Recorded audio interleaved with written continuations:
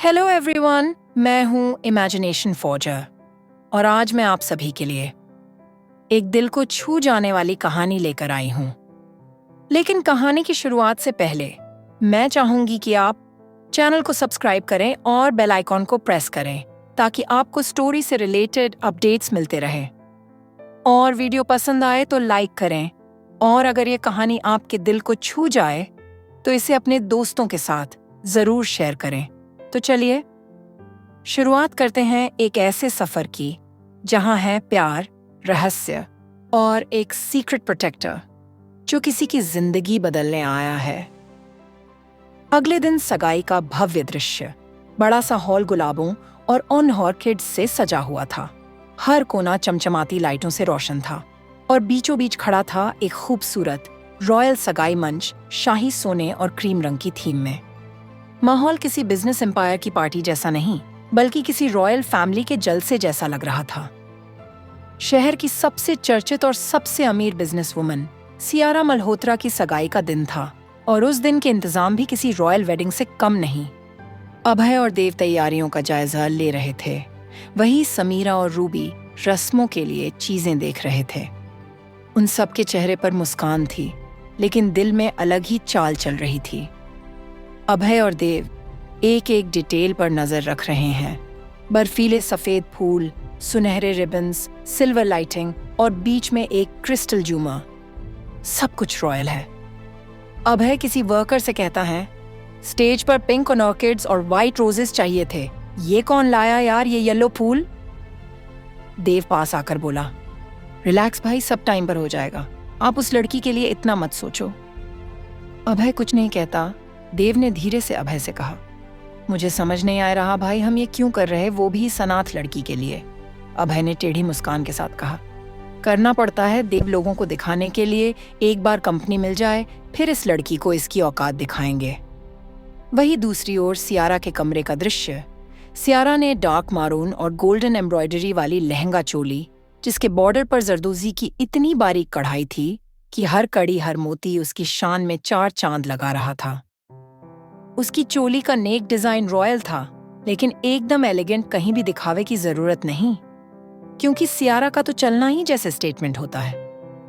उसकी कमर से लहराता दुपट्टा एक साइड से झूलता हुआ और सिर पर बारीकी से सेट उसे एक बॉस लेडी से लेकर रानी तक की झलक दे रहा था। गले में रॉयल छोकर, बड़े झुमके और हाथों में कलाई तक भरी हुई कांच की चूड़ियां, लेकिन फिर भी सबसे चमकता था उसका आत्मविश्वास।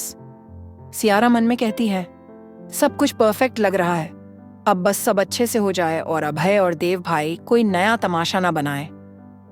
वही दूसरी ओर आरुष भी तैयार हो चुका था। वो अपने कमरे से बाहर निकलता है। उसने ब्लैक वेलवेट शेरवानी, जिसमें गोल्डन जरदोजी की बारीक कढ़ाई है, उसकी पर्सनालिटी को और रॉयल बना रही होती है। कॉलर पर गोल्डन ब्रोच, जिसमें सफेद मोतियों की एक पतली चैन लटक रही होती है। हाथ में गोल्डन वॉच और उंगलियों में एक स्टाइलिश अंगूठी।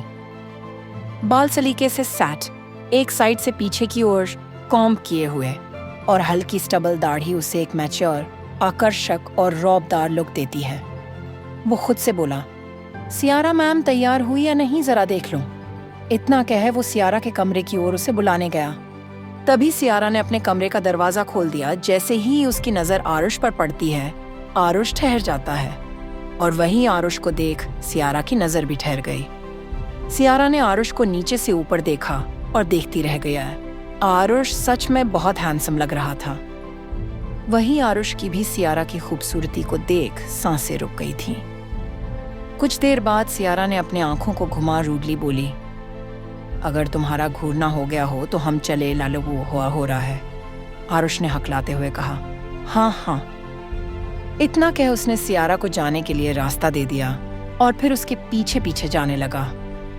सियारा की चाल में वही कॉन्फिडेंस है जो उसके बिजनेस मीटिंग्स में होता है, लेकिन आज उसकी आंखें कुछ और कह रही हैं। आरुष और सियारा एक ही कार में बैठते हैं। अंदर साइलेंस है। आरुष बार बार सियारा की तरफ देख रहा था, लेकिन सियारा पूरा टाइम खिड़की के बाहर देखती रही। कुछ देर बाद बाहर रेड कारपेट पर सियारा की कार रुकी। गाड़ी का दरवाजा खुलते ही कैमरों की फ्लैशलाइट्स चमक उठीं। सियारा डार्क मारून और गोल्डन एम्ब्रॉयडरी वाली लहंगा चोली और खूबसूरत एक्सेसरीज के साथ एक रॉयल बिजनेस क्वीन की तरह उतरी, और दूसरी ओर से आरुष भी कार से उतरता है। उनके हर कदम में कॉन्फिडेंस और ठहराव था। बॉडीगार्ड्स एंड पर्सनल असिस्टेंट्स उसे घेरे हुए थे। रिपोर्टर धीरे से फुसफुसाता है, वो देखो, सियारा मल्होत्रा इंडिया की यंगेस्ट बिजनेस टाइकून। आज उसकी सगाई है, उनके बॉडीगार्ड कम फियांसे के साथ, लेकिन सुने में आया है कि आरुष का अफेयर चल रहा है। ये सुनते ही सियारा आरुष के कदम रुक गए। आरुष ने सियारा के कान में धीरे से कहा, जाने दीजिए सियारा मैम, फिलहाल हमें अपने मकसद पे ध्यान देना है। सियारा ने बिना आरुष से नजरें मिलाए हुंकार भरते हुए अंदर चली गई। जैसे ही सियारा ने हॉल में प्रवेश किया, सबकी निगाहें उसी पर टिक गईं। उसकी चाल, उसकी आंखों की ठंडी पर गहराई लिए नजरें सब कुछ बताता था कि वो सिर्फ किसी की होने नहीं जा रही, बल्कि इस शादी में भी वो खुद की शर्तों पर ही आएगी। देव और अभय ने तालियां बजाईं। आज हमारी बहन, हमारी प्राइड, हमारे बिजनेस की नींव सियारा मल्होत्रा की सगाई है आरुष के साथ। सबके चेहरे पर मुस्कान थी, पर सियारा और आरुष के चेहरे पर एक अनकही बेचैनी। सियारा किसी सोच में डूबी चुपचाप खड़ी थी कि तभी समीरा, सियारा की भाभी, कुछ देर तक चुप रही, लेकिन फिर सियारा के पास जाकर ठंडी मुस्कान के साथ ताना मारते हुए बोली, सोच लो सियारा, अपने जिद के चलते तुम एक ऐसे आदमी से शादी कर रही हो जिस पर भरोसा करना भी पाप है। वो लड़का धोखेबाज है। ऐसे लड़के से शादी तुम्हारे जैसे नाम और इज्जत वाली लड़की को शोभा नहीं देता। सियारा पलटकर उसकी आंखों में सीधा देखती है, बिल्कुल ठंडे और स्थिर स्वर में कुछ बोलने जाती है कि तभी सियारा के फोन में किसी का नोटिफिकेशन आया। वो देखते ही सियारा के चेहरे पे एक मुस्कान आ गई। सियारा ने एक पल के लिए समीरा की आंखों में देखा, फिर अपनी होठों को घुमाते हुए धीमे से बोली, आपने सही कहा भाभी, अब चलिए आपको किसी से मिलवाती हूँ। दरवाजे की ओर देखा गया और वहीं खड़ी थी वही लड़की जिसके नाम को लेकर सियारा और आरुष के रिश्ते पर उंगलियां उठी थीं। लड़की बेहद सीधी सादी, साधारण सलवार सूट में, बाल खुले हुए, और उसकी आंखों में एक अजीब मासूमियत और दर्द छुपा था। उसके साथ एक लड़का भी था जो दिखने में आरुष की उम्र का ही लग रहा था। वो चुपचाप सियारा के पास आकर खड़ी हो गई, और तभी कैमरों की चमक तेज हो गई। माइक्स आगे बढ़े, रिपोर्टर्स दौड़ पड़े, लगातार कैमरा के फ्लैशेस उन पर आने लगे। आरुष उस लड़की को सामने देख चौंक गया। उसके मुंह से बस एक ही शब्द निकला, जिया। आरुष अचानक सियारा की ओर देखता है। उसके चेहरे पे हैरानी के भाव दिख रहे थे। धीरे से पास आकर सियारा से कहता है, सियारा मैम, आप जिया से? सियारा ने आरुष की बात को काटते हुए कहा, मुझे सब पता है आरुष। उसकी आवाज भारी हो जाती है। वो पलटकर जिया के पास जाता है, उसका हाथ थामता है। तुम कैसी हो? इससे पहले जिया कुछ कहती, समीरा ने अचानक से चौंक कर बोली, ये कौन है? यही है ना वो जिसकी साथ आरुष। फिर समीरा टेढ़ी मुस्कान के साथ बोली, सियारा कोई इतना बेवकूफ कैसे हो सकता है? तुम अपनी सौतन को अपने एंगेजमेंट सेरेमनी में ले आई। देव जो दिखावे के लिए सगाई करवा रहा था, उसके चेहरे पर हैरानी और गुस्से की मिलीजुली परछाई थी। वो अभय से धीरे से बोला, ये सब हो क्या रहा है?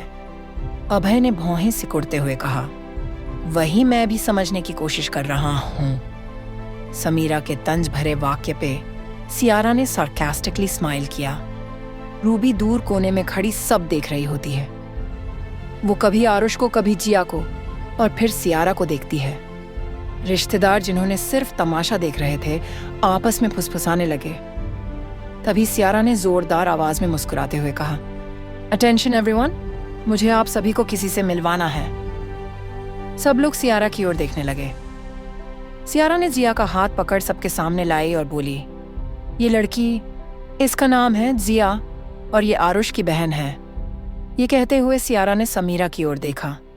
उसके बाद सियारा अभय की ओर देख सार्कसम में मुस्कुराई। सियारा के इस बात पे सब चौंक उठे। जिस लड़की के अभी तक आरुष को इतना कुछ सुनना पड़ा था, वो असल में आरुष की बहन थी। तभी जिया ने इशारे में कुछ कहा। रूबी मुंह बनाए बोली, ऐसे क्या कह रही है ये, क्वाइट फनी। इतना कह समीरा और रूबी धीरे से हंसने लगे। सियारा ने एक लंबी सांस लेते हुए तंज कसते हुए कहा, जिया बोल नहीं सकती, लेकिन समझदारी में आप दोनों से काफी आगे हैं। ये सुन सियारा और रूबी का मुंह गया। सियारा ने जिया के साथ आए आदमी की ओर देखा और बोली, वेद प्लीज। वो आदमी जिसका नाम वेद था सियारा के इशारों को समझ आगे जिया और सियारा के पास आकर खड़ा हो गया। जिया इशारे करती है, अपनी उंगलियों से कुछ कहती है और उसका ट्रांसलेटर वेद बोलता जाता है। वेद बोला, मेरा नाम जिया है और मैं एक अनाथ लड़की हूँ। आरुष भैया बस मेरी देख रख करने आते थे, उनकी कोई गलती नहीं। मुझे माँ बाप का प्यार कभी नहीं मिला, बस मेरे पास आरुष भैया ही है जो है, लेकिन मैं आरुष भैया की जिंदगी से चली जाऊंगी, आप लोग उनको कुछ मत बोलिए। पूरा हॉल अब भावुक हो चुका होता है। आरुष की आंखें भर आई थीं।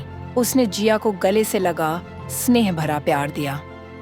सियारा सबकी ओर देख बोली, आपने जिसे आरुष का एक्स्ट्रा मार्शल अफेयर शैलेश शमाय समझा, असल में वो आरुष की बहन है। किसी लड़की के नाम से रिश्ता जोड़ना बहुत आसान होता है, लेकिन उसके पीछे की सच्चाई जानना बहुत मुश्किल। ये सियारा ने अभय की ओर देख कहा। जिया की आंखों से भी आंसू गिर रहे थे। वो सियारा की तरफ देखती है और फिर हाथ जोड़ती है। सियारा उसके पास जाती है, उसके कंधे पर हाथ रखती है और कहती है, अब तुम मेरी भी बहन हो जिया। ये सुन जिया मुस्कुराने लगी और आरुष, सियारा और जिया गले से लग गए।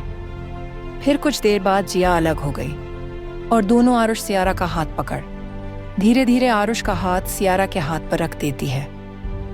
आरुष और सियारा की नजरें टकराईं एक पल के लिए।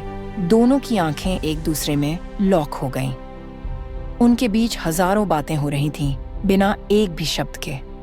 और फिर जिया मुस्कुराती है। वो अपने हाथों से इशारा करती है। वेद ने आकर वापस जिया के बातों को ट्रांसलेट किया। जिया कह रही है कि आप दोनों अब सगाई कर लो। सभी रिश्तेदारों, मीडिया, मेहमानों की आंखें भर आती हैं। अभय ने जल्दी से सामने आकर कहा, जिया ठीक कह रही है। अब जब सब कुछ क्लियर हो गया है तो इस सगाई में देर नहीं करते। सियारा अभय के अभी भी कर रहे नाटक को देख हैरान थी। आरुष हाथ बढ़ा, मेज पर से वेलवेट बॉक्स उठाता है। बॉक्स खुलते ही एक खूबसूरत हीरे की अंगूठी चमक उठती है। आरुष ने धीरे से सियारा का हाथ थाम लिया और वह अंगूठी सियारा की उंगली में पहनाता है। अब बारी सियारा की थी। सियारा भी मुस्कुराते हुए बॉक्स उठाती है। अंदर एक सिल्वर बैंड में नीला नीलम जड़ा हुआ था। सियारा धीरे से मुस्कुराते हुए जिया की ओर देखी, फिर वो अपने हाथों से अंगूठी आरुष की उंगली में पहनाती है। अंगूठियां पहनते ही तालियों की गूंज पूरे हॉल में गूंजने लगी। जिया के चेहरे पर एक संतुष्टि की मुस्कान थी। सियारा ने भी आरुष को अंगूठी पहना दिया। जिया पीछे खड़ी मुस्कुराती हुई तालियां बजा रही थी। तभी पीछे से किसी रिश्तेदार ने कहा, कंग्रेचुलेशंस टू द कपल। इतना कह हूटिंग शुरू हो गई। सब लोग बहुत खुश थे, कुछ को छोड़ जिनके चेहरों पे फेक स्माइल थी। भीड़ के बीच खड़े सियारा और आरुष, सबकी निगाहें उन्हीं पर टिकी थीं, लेकिन सियारा की आंखें अभय की ओर जाता है। सियारा की नजर जैसे ही अभय से टकराई, उसके होठों पर एक हल्की मगर तीखी मुस्कान तैर गई। सियारा ने अपना हाथ उठाया, उस अंगुली पर चमकती रिंग को जरा सा झुलाया और फिर अपने हाथ को ऐसे घुमाया मानो ये अंगूठी एक जवाब है, एक तमाचा है उन सारे सवालों पर जो अभय ने उठाए थे आरुष पे, उनका रिश्ता तोड़ने के लिए, उसके कंपनी को हथियाने के लिए। सियारा की आंखों में आत्मविश्वास और सार्काज्म दोनों झलक रहे थे। अभय की आंखें एक पल को ठिठक जाती हैं, फिर वो गुस्से में तमतमाते हुए वहां से चला गया। अन्य गुस्से में अपने कोट की बटन लगाता हुआ हॉल से बाहर निकल रहा था। तभी पीछे से एक सख्त आवाज आती है, इतनी जल्दी जा रहे हो अभय भैया, खाना तो खा लेते। अभय पलटता है, वहां खड़ी है सियारा। उसकी आंखों में वही पुराना तेज और होठों पे सार्कास्टिक स्माइल थी। सियारा आगे बढ़ती है और ताना मारते हुए बोलती है, आपका गेम तो बहुत अच्छा था, लेकिन अफसोस चालें आपकी थीं और जीत मेरी। और हाँ, देख लो ये जो आप रोकना चाहते थे, वो अब मेरे हाथ में है। वो हाथ हवा में घुमाकर आरुष की दी हुई रिंग दिखाती है। अभय आंखों में गुस्सा लिए धीरे से बोला, जितना खुश होना है हो लो सियारा, क्या पता ये तुम्हारी आखिरी खुशी हो। ये कहते हुए वो एक तीखी निगाह डालता है और बिना कुछ और बोले वहां से चला जाता है। सियारा वहीं खड़ी रह गई। एक पल को सन्नाटा छा गया। वो मन ही मन सोचती है, उन्होंने ऐसा क्यों कहा? लगता है अब कुछ नया प्लान कर रहे हैं। तभी पीछे से धीमी आवाज आती है, सियारा मैम। सियारा पलटती है। आरुष खड़ा हो था। उसके चेहरे पर चिंता साफ झलक रही थी। आरुष धीमे स्वर में कहता है, सब ठीक है ना मैम? अभय ने कुछ। सियारा उसकी बात काटते हुए गुस्से में बोली, तुमसे मतलब? अपने काम से काम रखो। ये कहते हुए वो तेजी से वहां से निकल जाती है। हील्स की आवाज गूंजती है। आरुष पीछे देखता है। वो हैरान था। उसके मन में सवाल उठता है, अब जब सब कुछ ठीक है तो सियारा मैम मुझसे ऐसा क्यों बोल रही है? सियारा हॉल में वापस आ गई। आरुष कुछ दूरी पर खड़ा उसे जाते हुए देखता है। सियारा जिया के पास पहुंचती है, जो एक कोने में चुपचाप खड़ी थी। सियारा हल्के से मुस्कुराकर उसके पास आई और उसके कंधे पर हाथ रखते हुए कहती हैं, जिया, अब से तुम हमारे साथ रहोगी। मेरा घर अब तुम्हारा भी है। जिया की आंखें चमक उठी। उसके चेहरे पर मासूम सी मुस्कान तैर जाती है। वो हाथ जोड़ने लगी, लेकिन सियारा तुरंत उसका हाथ थाम लिया। तभी वेद तेजी से पास आता है। थोड़ा हिचकिचाते हुए कहता है, मैम, जिया आपके साथ नहीं जा सकती। आप जिया को ऐसे ही अपने घर नहीं ले जा सकती। उसकी लीगल गार्डियनशिप, अडॉप्शन फॉर्मेलिटी, ये सब जरूरी है। सियारा वेद की ओर देखती है। उसकी आंखों में आत्मविश्वास होता है। वो दृढ़ता से बोलती है, ठीक है, लीगल चीजें बाद में देख लेंगे, लेकिन जिया की सुरक्षा मेरी जिम्मेदारी है। फिर वो पलटती है और तेज आवाज में किसी को पुकारती है, रीटा। रीटा दौड़ती हुई आई। जी मैम। सियारा बिना देर किए आदेश देती है, जिया जिस ऑर्फेनेज में जिया रहती है, वहां आज से 24 घंटे 7 दिन सिक्योरिटी लगवाओ। कोई भी अनजान चेहरा अंदर न से, और किसी को भी जिया से मिलने से पहले मेरी परमिशन लेनी होगी। रीटा तुरंत सिर हिलाते हुए, yes ma'am, I will handle it. Ved एक पल को चुप रह जाता है, लेकिन उसकी आंखों में सियारा के लिए सम्मान झलकता है। वेद धीरे से मुस्कुराता है और कहता है, आप सच में थैंक यू सो मच। सियारा हल्का सा मुस्कुराती है। जिया सियारा की ओर देखती है, फिर मुस्कुराते हुए उसका हाथ पकड़ती है। सियारा हल्के से जिया के सिर पर हाथ रखती है और मन ही मन सोचती है, अब कोई तुम्हारा नुकसान नहीं करेगा जिया, जब तक मैं जिंदा हूं। दूसरी ओर आरुष थोड़ी दूरी पर खड़ा चुपचाप ये सब देख रहा था। उसके चेहरे पर हल्की मुस्कान थी और आंखों में सियारा के लिए एक खास चमक। उसे सियारा की हिम्मत पर फख्र हुआ। उसकी आंखों में सियारा के लिए इज्जत साफ झलक रही थी। वो अपने मन में बुदबुदाया, आप वाकई बहुत अलग हो सियारा मैम, बहुत काइंड हार्टेड। लेकिन अगले ही पल उसके चेहरे पर एक उलझन उभरती है कि सियारा अभी भी उससे क्यों नाराज थी। रिंग सेरेमनी के बाद वे दोनों घर के लिए निकल घर पहुंचे। सियारा की आंखों में गुस्सा था और दिल में तूफान। वो तेजी से अपने कमरे की ओर जा रही थी कि तभी आरुष ने उसका हाथ पकड़ लिया। सियारा मैम, अब आप ऐसा बिहेव क्यों कर रही हैं? अब तो सब ठीक हो गया ना? आपको तो सब पता है ना? सियारा ने गुस्से में आरुष के हाथ को झटका। सियारा तेज आवाज में बोली, अच्छा तुमने मुझे ये बात क्यों नहीं बताई आरुष? इतना बड़ा सच, और तुमने छुपा लिया मुझसे। आरुष चुप था। उसकी आंखों में भी गुस्सा था और तकलीफ भी। वो कुछ बोलने ही वाला था, लेकिन सियारा नॉन स्टॉप बोल रही थी। सियारा बोल रही थी, आंसू उसकी पलकों तक आ चुके थे। तुम्हें क्या लगा मैं कभी तुम्हारा सच नहीं जान पाऊंगी? तुम सच में। तभी आरुष का सब्र जवाब दे गया। उसने अचानक सियारा का चेहरा अपने हाथों से पकड़कर दीवार से सटा दिया। आरुष गुस्से में दबे स्वर में बोला, चुप हो जाइए आप, चुप हो जाइए। सियारा एक पल को सन्न रह गई। आरुष की आवाज भारी थी, उसकी सांसें तेज थीं। सुनती तब ना मैं कुछ कहता?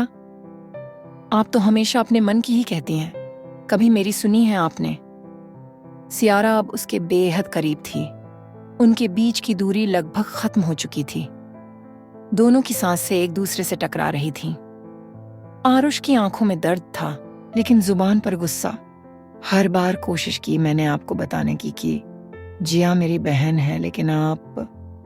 फिर मैंने सोचा कि हमारा ट्रस्ट क्या इतना ही था, रहने दो यार। जब सियारा मैम ने ही मुझे गलत समझ लिया तो और किसको और क्यों सफाई दूं? सियारा की आंखों में आंसू थे, पर अब वो कुछ नहीं बोल पाए। आरुष का चेहरा सियारा के बेहद करीब था। उसकी सांसें सियारा के चेहरे को छू रही थीं। दीवार से सटाकर वो उसे देख रहा था, गुस्से में, लेकिन आंखों में मोहब्बत साफ झलक रही थी। आरुष गुस्से में लेकिन टूटी आवाज में बोला, आपको क्या लगता है मैं ये सब कर सकता हूं? हर रोज मैंने कोशिश की आपको बताने की, लेकिन आपने कभी सुना? सियारा की आंखें छलक उठी। उसकी पलकों पर ठहरी वो नमी आरुष को हिला गई। उसके होंठ कांप रहे थे और उसी वक्त आरुष ने सियारा के बाजुओं को पकड़ा हुआ था। उसने सियारा की आंखों में गहराई से देखा। कुछ लम्हे ऐसे ही बीते, कोई कुछ नहीं बोला। सिर्फ उनकी धड़कनों की आवाज थी जो कमरे में गूंज रही थी। आरुष की आंखों में अब सिर्फ सियारा ही थी। गुस्से की जगह अब एक अजीब सी बेचैनी थी जो उसकी आंखों में साफ दिख रही थी। उसका शरीर कांप रहा था, शायद गुस्से से नहीं, उन जज्बातों से जिन्हें वो अब तक दबाता आ रहा था। सियारा दीवार से सटी चुपचाप खड़ी थी। उसके होंठ थरथरा रहे थे, लेकिन वो कुछ कह नहीं पा रही थी। उनकी आंखें अब एक दूसरे की गहराइयों में उतरने लगी थीं। कुछ देर तक दोनों यूं ही एक दूसरे को देखते रहे, बिना कुछ कहे, बिना कुछ पूछे। वो नजरों का टकराना अब चुभन नहीं दे रहा था, बल्कि एक ऐसा खिंचाव बन गया था जो दोनों को बांध रहा था। आरुष सियारा के करीब जाने लगा और सियारा की सांसें अनजाने में ही रुकने लगीं। उसका दिल जोर जोर से धड़कने लगा था और सियारा का चेहरा अब उसकी छाती से कुछ ही दूरी पर था। एक पल को सियारा ने अपनी आंखें बंद कर लीं। ना जाने क्यों, शायद उस एहसास से डर गई थी जो उसकी रूह तक पहुंच गया था। आरुष ने देखा, उसकी पलकों की कंपन, उसकी बंद आंखों की हलचल। उसे अब किसी सफाई की जरूरत नहीं थी, ना किसी शब्द की, ना किसी सवाल की। वो पल सब कुछ कह रहा था। सियारा की सांसें आरुष की सांसों से मिलने लगीं। हवा में एक अजीब सी गर्मी थी, जैसे वक्त भी ठहर गया हो। उन दोनों के बीच अब कोई दीवार नहीं थी, सिर्फ एक एहसास था जो खामोश होकर भी चीख रहा था। और तभी आरुष ने अपने दोनों हाथ धीरे से बढ़ाकर सियारा के चेहरे को थाम लिया। फिर आरुष ने धीरे से सियारा के होंठों पर अपने होंठ रख दिए। एक पल को सियारा जैसे पत्थर की हो गई, फिर उसकी आंखें बंद हो गईं और वो चुपचाप उस पल को महसूस करने लगी। कोई जबरदस्ती नहीं थी, कोई नफरत नहीं थी, सिर्फ मोहब्बत थी जो अब खुद ब खुद अपना रास्ता बना रही थी। और फिर आरुष ने अपने होंठ सियारा के होंठों पर रख दिए। ना कोई इजाजत मांगी, ना कोई सवाल किया, क्योंकि उस पल में इजाजत और सवाल दोनों ही बेमानी हो चुके थे। सियारा की पलकों ने हल्की सी हरकत की। उसके शरीर ने एक पल को सिहर कर सांस लेना छोड़ दिया और फिर उसने अपनी आंखें बंद कर लीं। उसके होंठ हल्के से कांपे, फिर वो चुपचाप उस एहसास में भीगती चली गई। आरुष के होंठ उसके होंठों पर टिके थे, बहुत धीरे, बहुत संभल कर, जैसे कहीं कुछ टूट न जाए या कोई अधूरा लम्हा बिखर न जाए। ये किस कोई पागलपन नहीं था, ये वो इकरार था जो बिना कहे हो रहा था। धीरे धीरे आरुष की पकड़ और गहरी हुई। उसने सियारा के चेहरे को अपनी हथेलियों से और मजबूती से थामा। उसके अंगूठे सियारा के गालों पर थरथरा रहे थे और उसके होंठ अब पूरी मोहब्बत से सियारा के होंठों को अपना बना रहे थे। सियारा की सांसें तेज हो गई। सो गई थीं। उसकी उंगलियां अब तक मुट्ठी बन चुकी थीं, लेकिन उसके होंठ अब आरुष के साथ चलने लगे थे। वो अब सिर्फ महसूस नहीं कर रही थी, वो जवाब दे रही थी। उस जवाब में शिकवा नहीं था, सिर्फ वो एहसास था जो उसने अब तक खुद से भी छुपा रखा था। आरुष की उंगलियां अब उसके गालों से होते हुए हल्के से उसकी गर्दन को छूने लगीं और उस एक छून में सियारा जैसे पूरी तरह पिघल गई। ये किस धीमा था पर बेइंतहा गहरा। हर सेकंड में वो अधूरी मोहब्बत पूरी हो रही थी, जो अब तक शब्दों में कैद थी, अब वो स्पर्श में खुल रही थी। कुछ सेकंड्स, शायद जिंदगी के सबसे लंबे सेकंड्स। फिर आरुष ने धीरे से खुद को पीछे खींचा। उसके होंठ अब भी सियारा के इतने करीब थे कि सांसें एक दूसरे की सांसों में घुल रही थीं। उसकी नजरें सियारा की बंद पलकों पर टिकी थीं और सियारा अब भी उस एहसास में डूबी थी। फिर उसने अपनी पलकें खोलीं और पहली बार बिना गुस्से, बिना सवाल के, वो बस आरुष को देखती रही। अचानक से सियारा की आंखें चौड़ी हो जाती हैं। वो पूरी ताकत से आरुष को धक्का देती है। सियारा गुस्से और शर्म से बोली, तुम पागल हो गए हो क्या? ये सब क्या था आरुष? वो जल्दी से वहां से भाग जाती है ऊपर अपने कमरे की ओर। आरुष बस वहीं खड़ा रह गया, सांसें तेज, दिल धड़कता हुआ और चेहरे पे गिल्ट लिए। सियारा ने तेजी से कमरे का दरवाजा बंद किया, पीठ दरवाजे से टिका दी। उसकी सांसें अब भी तेज चल रही थीं। वो घबराई हुई, चेहरा लाल, वो शीशे के सामने खड़ी हो गई। सियारा धीमी आवाज में खुद से बोली, ये क्या कर दिया मैंने? और मैं क्यों कुछ नहीं कर पाई? क्यों कुछ कह नहीं पाई? वो शर्म, गुस्से और उलझन से भरी अपने सर को पकड़ बिस्तर पर बैठ अपने मुंह को छुपाते हुए खुद को कोसने लगी। वो कांपते होंठों को उंगलियों से छूती है। अभी तक उस एहसास से बाहर नहीं आ पाई थी। सियारा बेहद उलझी हुई झल्लाकर बोली, ये सब उस आरुष की वजह से हुआ, इडियट, स्टूपिड आरुष। फिर सियारा एकदम तकिए को घूंसा मारती है। वही दूसरी ओर आरुष अपने कमरे में।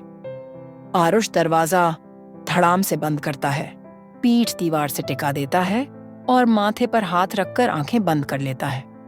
आरुष धीरे से खुद से बोला, तूने क्या कर दिया यार? वो अपने बाल बिखेर देता है और कमरे में तेज तेज टहलने लगता है। आरुष अपने आप से गुस्से में बोला, क्यों किया मैंने ये? मुझे सिर्फ अपनी बात रखनी थी और मैंने। वो रुककर खुद को आईने में देखता है, चेहरे पर उलझन, मगर आंखों में अभी भी उस पल की छवि। आरुष धीमे स्वर में बोला, लेकिन उन्होंने भी तो नहीं रोका, मेरी अकेली की गलती थोड़े ना है। लेकिन उन्होंने रोका क्यों नहीं कही वो मुझसे? फिर अचानक उसका माथा तकिए पर मारते हुए कहता है, इडियट, ये तू क्या सोच रहा? फिर वो झल्लाकर तकिए को फेंक देता है। आरुष बिस्तर पर लेट जाता है। वो आंखें बंद करता है और एक आखिरी बार उस पल को याद करता है। वो नजदीकियां, वो आंखों की खामोशी और वो अचानक हुआ किस। अचानक कुछ सोचते हुए वो करवट बदलने लगा, लेकिन उसे नींद नहीं आ रही थी। बार बार उसे वही सारी चीजें याद आ रही। आकाशासीनी सांस थी। दूसरी ओर सियारा की भी यही हालत थी, लेकिन जैसे तैसे करवट बदलते हुए आखिरी में दोनों सो गए। अगले दिन सुबह की हल्की धूप खिड़की से अंदर झांक रही थी। हवाओं में अभी भी रात की हल्की ठंडक बाकी थी। सियारा बाल संवारती हुई नीचे आई। दूसरी ओर आरुष हाथ में कॉफी मग लिए किचन से बाहर निकला। जैसे ही दोनों की नजरें आपस में टकराईं, दोनों के चेहरों पर एक साथ कल रात की याद चमक गई। वो अचानक वाला किस। आरुष का चेहरा एक पल को सख्त हो गया। फिर झेंप कर उसने एक लंबा सिप लिया और नजरें घुमा ली, जैसे कॉफी का स्वाद बहुत गहरा हो गया हो। सियारा की आंखें भी चौड़ी हुईं और वो तुरंत पलटकर मुड़ी, जैसे किसी ने उसके कान में कुछ अजीब कह दिया हो। दोनों कुछ सेकंड एक ही कमरे में अजीब सी चुप्पी के साथ खड़े रहे। आरुष मोबाइल देखने लगा बिना कोई वजह। सियारा ने बालों में क्लिप लगाने का नाटक किया, जबकि क्लिप पहले से लगी थी। तभी सियारा ने झट से अपनी नजरें काटी और सीधा चलते हुए बोली, हमें जिया से मिलने जाना है तो जल्दी तैयार हो जाओ, आरुष कुछ नहीं बोलता। दूसरी ओर अनाथ आश्रम के बाहर रीटा एक फाइल हाथ में लिए गेट के बाहर खड़ी है और तभी सामने से वेद आता है, कान में ब्लूटूथ लगाए किसी से बात करता हुआ। रीटा बड़े अदब से बोली, हेलो मिस्टर वेद, वो कल जो सियारा मैम। वेद रीटा के बात को काट ब्लूटूथ निकालते हुए और मुस्कुराते हुए बोला, आप 2 मिनट बैठिए, मैं आया। रीटा भौहें उठाते हुए बोली, बैठिए मतलब मुझे और भी काम है, आप प्लीज ये काम बाद में कर लेना, पहले हमारा काम कीजिए। वेद थोड़ा पास आकर गंभीरता से बोला, रीटा जी बिजी हम भी हैं, अपना काम धंधा छोड़कर आपके काम में लग जाए। रीटा गुस्से में बोलो, यार मुझे मीटिंग के लिए फौरन निकलना होगा, बहुत काम है। वेद मुंह बनाते हुए बोला, वो मेरी प्रॉब्लम नहीं है मिस। रीटा आंखें घुमाते हुए बोली, what do you mean by आपकी प्रॉब्लम नहीं है?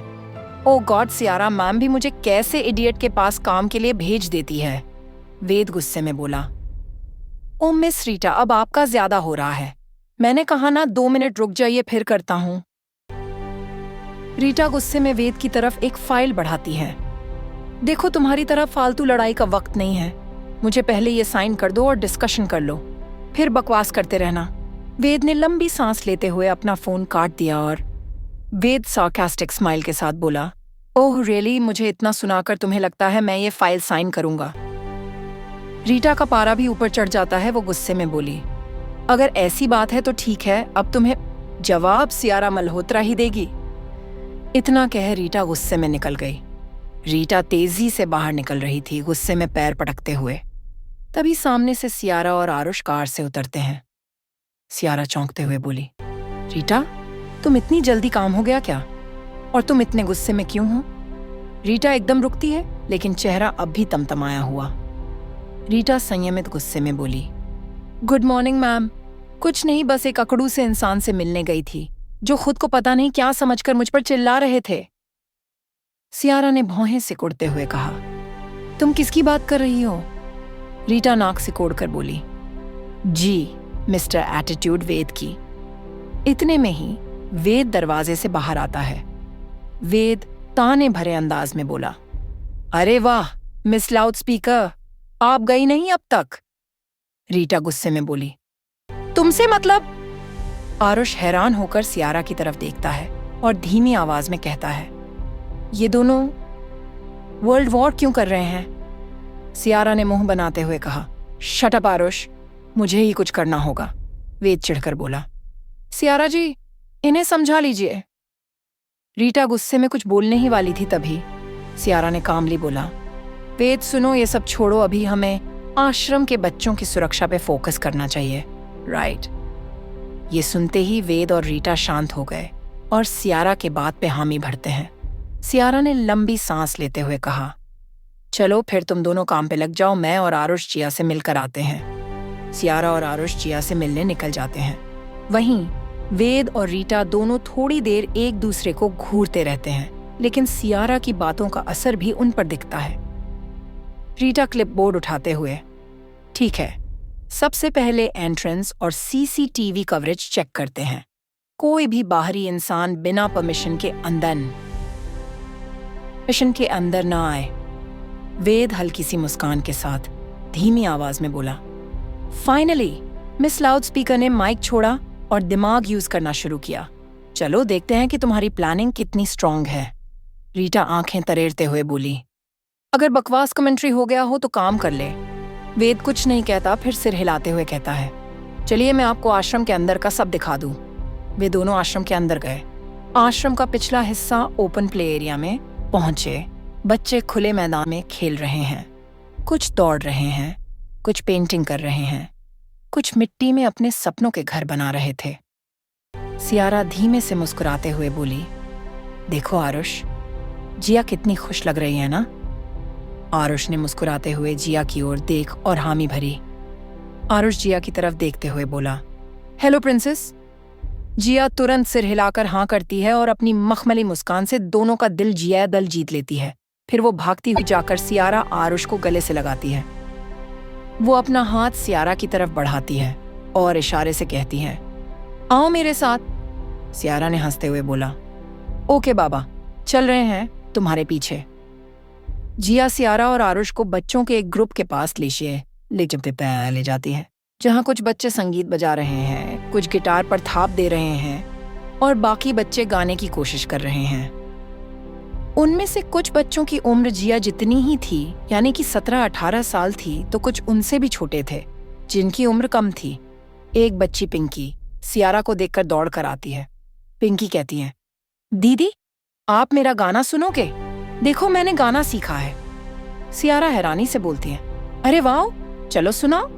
पिंकी गुनगुनाने लगती है और सारे बच्चे तालियां बजाकर उसका साथ देने लगते हैं। आरुष भी मुस्कुराकर उनकी ओर देख रहा था। चलो बच्चों, आज एक कंपटीशन करते हैं, जो सबसे अच्छा गाएगा उसे एक आइसक्रीम एक्स्ट्रा। सारे बच्चे खुशी से चिल्लाते हैं। कुछ देर बाद एक बच्चा आरुष को खींचकर झूले पर ले जाता है और जबरदस्ती झूलने पर मजबूर करता है। सियारा बच्चों के साथ जमीन पर बैठकर पेंटिंग करने लगती है और गलती से एक बच्चा उसके गाल पर रंग लगा देता है। जिया पीछे से आकर आरुष को पानी से भरी बाल्टी से डराती है और जब वो पीछे मुड़कर घबराता है तो वो हंसती है बिना आवाज के, लेकिन उसका हंसता चेहरा सब कुछ कह जाता है। सियारा हंसते हुए बोली, लगता है हमें इन बच्चों से ज्यादा मजा आ रहा है। आरुष मुस्कुराते हुए उन बच्चों को देखने लगा, फिर सियारा की ओर देख बोला, डेफिनेटली। तभी आरुष की नजर सियारा के चेहरे पे लगे रंग पे गई और वो बोला, आपके चेहरे पे रंग लगा है। सियारा अपने चेहरे से रंग पोंछने लगी, लेकिन जब ठीक से नहीं पोंछ पाई तब आरुष उसके रंग से सने गाल को पोंछने लगा। तभी उनकी नजरें एक दूसरे से टकराती है और उनके चेहरे पे हल्की सी मुस्कान उभर गई। वहीं दूसरी ओर रीटा गुस्से में कहती है, ओह हेलो, तुम्हें मेरी बात एक बार में समझ नहीं आती ना? वेद शांत मगर तंज से बोला, मेरी बात मानो, कॉरिडोर के इस पार्ट में कैमरा लगाना सही है, यहां से सब कैप्चर होगा। रीटा भौहें चढ़ाकर बोली, जब सीसीटीवी हमारे कंपनी लगा रही तो तुम कौन होते हो ये डिसीजन लेने वाले? वेद हंसते हुए बोला, मैडम ये आश्रम मेरा है। रीटा नाक से कोड़ते हुए बोली, हाँ तो उसे क्या, ये आश्रम तुम्हारा है, लेकिन दिमाग से तो पैदल हो जो यहाँ सीसीटीवी लगाने बोल रहे। बातों ही बातों में झगड़ा बढ़ जाता है और दोनों एक दूसरे के करीब आ जाते हैं। वेद तंज कसते भी बोला, ज्यादा होशियार बनने की जरूरत नहीं है मिस रीटा। रीटा भड़क कर सार्कास्टिक वे में बोली, जो मैं ऑलरेडी हूं वो भला क्यों बनूंगी? वेद ने वापस सार्कास्टिकली कहा, तुम होशियार नहीं, एक फटा हुआ लाउड स्पीकर हो, वो भी खाली। ये सुनते ही रीटा का पारा हाई हो गया और अचानक रीटा वेद के बाल खींचने लगी। आगे की कहानी जानने के लिए जुड़े रहिए मेरे यानी इमेजिनेशन फॉर्जर के साथ। तब तक चैनल को लाइक, सब्सक्राइब और शेयर करना ना भूलें।